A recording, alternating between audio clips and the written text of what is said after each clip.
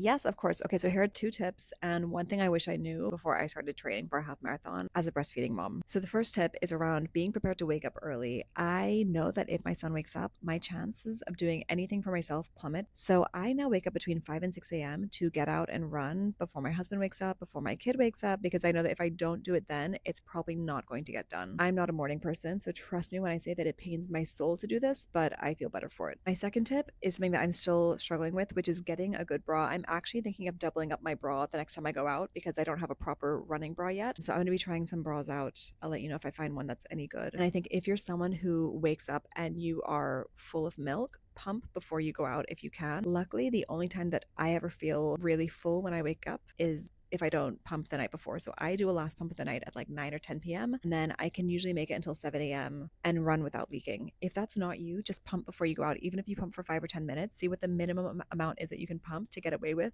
not leaking. Now, for the things that I wish I'd known, I've definitely seen a decline in my supply since training for this half marathon. That's the only thing I can chalk it up to. I used to pump between like, I want to say 5 to 7 ounces a night. I'm now pumping like 3 or 5 on a good night. Like, it's not what it used to be. I think the whole daylight savings time thing hasn't helped, but definitely running and sweating and pushing my body, burning calories, I also don't think is helping. So I'm really making an effort now to try and eat more, to stay hydrated, but just something to bear in mind if you are going to be trying to run more seriously. I think this is taking its toll on my body because my body's not used to it. So just something to bear in mind if you are trying to challenge yourself physically. But I hope that helps. Let me know if you have any other questions.